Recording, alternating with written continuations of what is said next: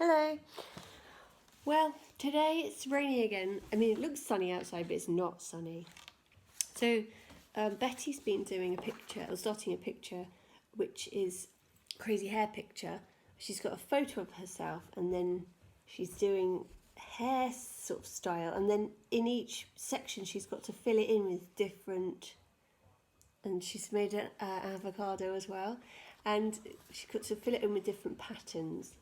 So I thought I would draw a pear with like, instead of using the shadows, using the like lines and patterns inside to make it look exciting. So not to say that you can't do shadowing, but instead of shading with the shadow, to use lines.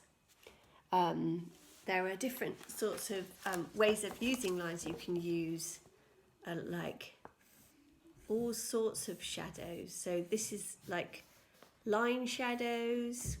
You can make it into crazy patterns. You can go line over line to make it a deeper shadow. And you can make it deeper shadow by going line and line and line in different directions, for example. But you don't have to. You can. And then to make it look like it's curving round, you could do different lines. So that's one way of shading with lines.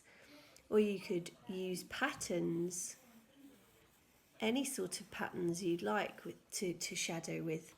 Or like you could use circles that fit together. Or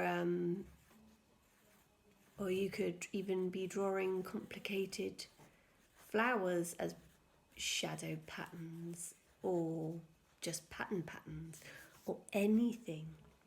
Just using lines in order to create texture or pattern or just fun in your picture.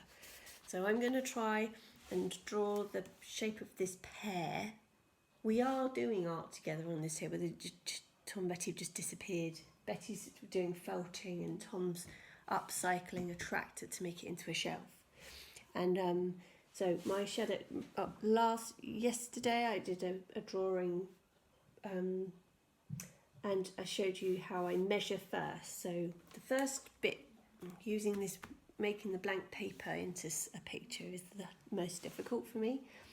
So I measure first, so length, let me measure it with my eye, and then make the first few strokes quite gently. And never go in. Doesn't matter what you do though, really. Everyone does it differently, but I never go in with a strong line. I sort of mark it first, and mark it so that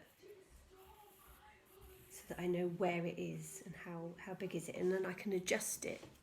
I can adjust it as to how big it is. I might find, oh, actually it's not that long, it's that long, and I can rub out some of the lines. So I do it by a process, and then when I've got my line for a line drawing, I'll draw a firm line, rub out all the scribbles, and then I'll carry on with whatever patterns I feel like and make it into a fun picture.